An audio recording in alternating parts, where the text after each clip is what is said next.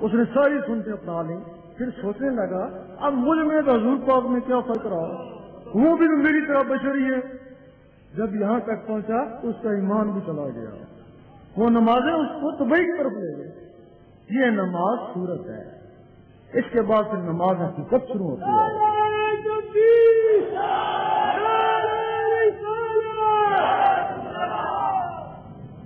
نماز حقیقت کے لیے مجدد الافسانی رحمۃ اللہ فرماتے ہیں عام لوگوں کی نماز صورت، آسان خدا کی نماز حقیقت۔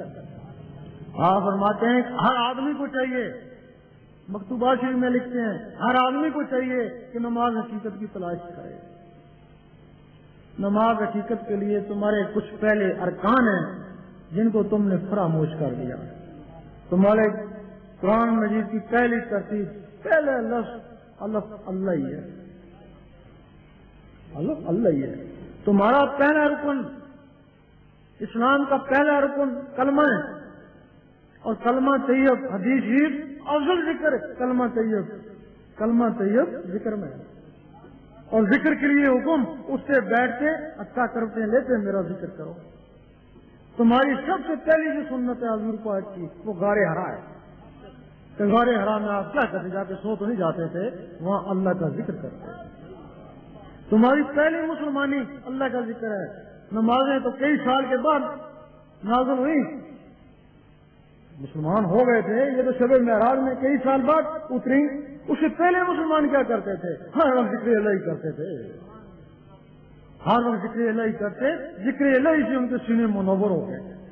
جب سینے منور ہو گئے اس وقت میں نمازیں اتری، پھر وہ نمازیں الفوں میں نہیں رہیں، وہ سیدھے سینوں میں گئی۔ نماز حقیقت کے لیے تمہیں سب سے پہلے اللہ اللہ سیکھنی ہوگی، دل کی دھڑکنوں کو اللہ اللہ میں بسانا ہوگا۔ پھر تم کوشش کرو گے کام کاج کرتا رہوں اللہ اللہ ہوتی رہے، اس کو بولتے ہیں دستکار میں دل یار میں، کامیابی ہو جائے گی۔ پھر کوشش کرو گے کوئی اخبار سالہ پڑھتا رہوں اللہ اللہ ہوتی رہے، 5-10 دن میں کامیابی ہو جائے گی۔ اخبار سالہ بھی پڑھو گے اللہ اللہ بھی ہوتی رہے گی۔ پھر کوشش کرو گے نماز پڑھتا رہوں اور اللہ اللہ ہوتی رہے گی۔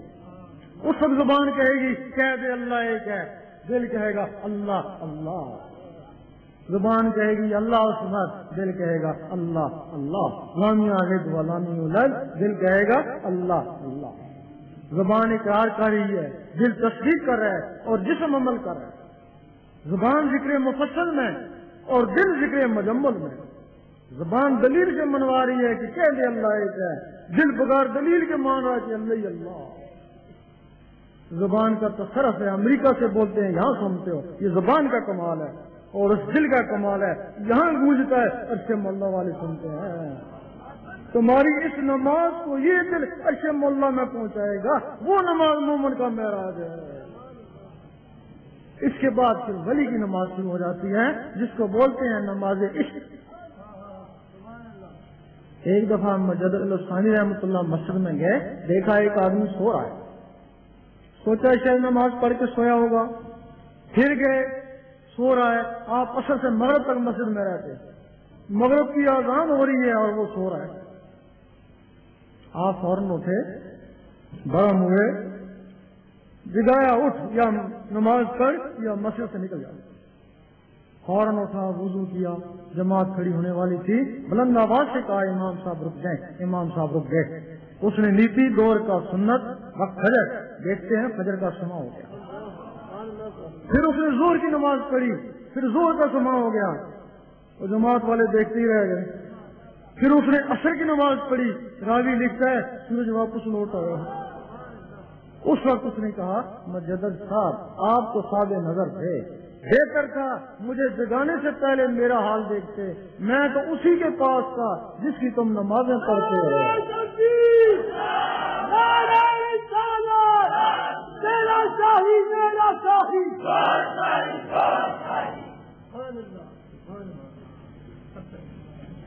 اب یہ جس قسم ذات کی بات کری یہ کسی نبی کو نہیں ملا۔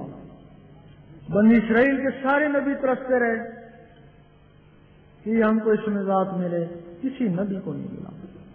اگر ملا تو حضور پاک کو ملا، حضور پاک کے وسیلے سے اس امت کو ملا، تب اس کو فضیلت ہوئی۔ موسیٰ علیہ السلام یا رحمانوں کا ذکر کرتے ہیں، صفاتی اسم، عیسیٰ علیہ السلام یا قدوسوں کا، سلیمان علیہ السلام یا وہابوں کا، داؤد علیہ السلام یا ودودوں کا، باقی نبی اپنے اولو العزم مرسل کا کلمہ پڑھتا۔ ایک دن موسیٰ علیہ السلام نے کہا اے اللہ دیدار دے، جواب آیا تاب نہیں ہے۔ سوچنے لگے کسی میں تاب ہوگی، جواب آیا ایک میرا حبیب اور اس کی امت۔ موسیٰ علیہ السلام کو جلال آ گیا کہ میں نبیوں کے امتی کے برابر نہیں، جلوہ دے دیکھی جائے گی۔ جلوہ پڑا اور موسیٰ علیہ السلام بے ہوش ہو گئے۔ یہ تو سارے مانتے ہونا۔ اب کیا وجہ ہے کہ موسیٰ علیہ السلام اس دنیا میں کوتور میں بے ہوش ہوئے اور حضور پاک سامنے جا کے مسکرا رہے ہیں؟ کیا وجہ تھی؟ موسیٰ علیہ السلام کے جسم میں 11 مانوں کا صفاتی نور تھا، وہ ذات کی تاب نہ لا سکا۔ حضور پاک کے جسم میں اس میں ذات کا ذاتی نور تھا، ذات کے سامنے مسکرایا، اور حضور پاک کے طفیل وہ اسم اس امت کو ملا، تب اس کو فضیلت ہوئی۔ اور امت کو اس سے ڈرتی ہے یا محروم ہے؟ فضائیہ سب سے اعلیٰ لڑنے میں کیوں اعلیٰ ہے کہ وہ جہاز سے لڑتی ہے، اگر اس سے جہاز چھن جائے تو وہ بندوق والا اس سے بہتر ہے، اگر تم سے اس میں ذات چلا گیا تو تم سے وہ 11 مانوں والے دیتا ہے۔ ایک حدیث میں کہ قیامت کے دن امتوں کی پہچان نور سے ہوگی۔ یہ یا رحمانوں سے چمک رہے ہیں موسیٰ علیہ السلام کی امت، یہ یا ودودوں سے چمک رہے ہیں داؤد علیہ السلام کی امت، یہ جو اللہ سے چمک رہے یہ حضور پاک کی امت ہے۔ یہ تمہارا نشان ہے۔ حضور پاک کے بعد یہ اسم ذات 9 صحابہ کرام کو ملا جنہوں نے سلسلہ چلایا۔ یہ چشتی نقشبندی قادری اسی میں آتے ہیں۔ 9 صحابہ کرام سے پھر یہ 12 اماموں کو ملا جو وقت کے غوث تھے۔ 12 اماموں سے لے کے پھر یہ غوث پاک کو دے دیا، تب آپ غوث اعظم کہلائے۔ اس وقت اس میں ذات غوث پاک کے پاس ہے، اور غوث پاک تک پہنچنے کے لیے کسی کا مرید ہونا پڑتا ہے۔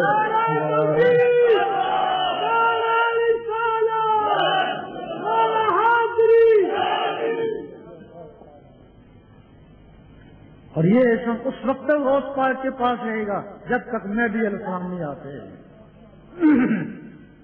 غوث پاک فرماتے ہیں اے میرے مریض، میرا ہاتھ بہت بڑا ہے۔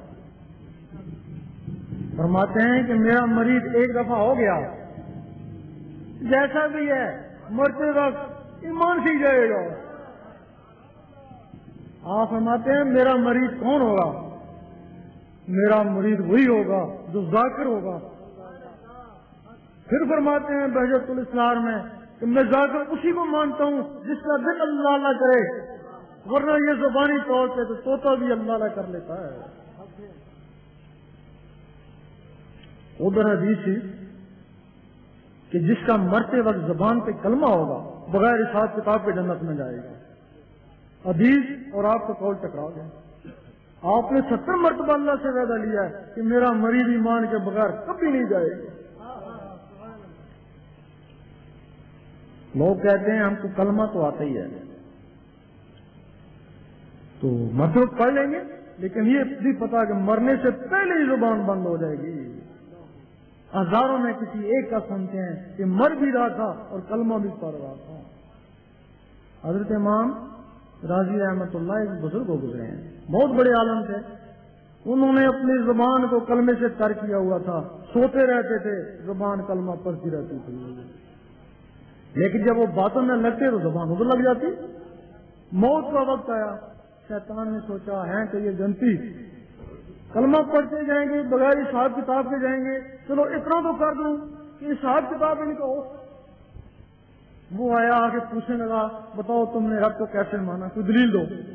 ایک دلیل دی، اس نے کہا نہیں کوئی اور 99 دلیلیں دی۔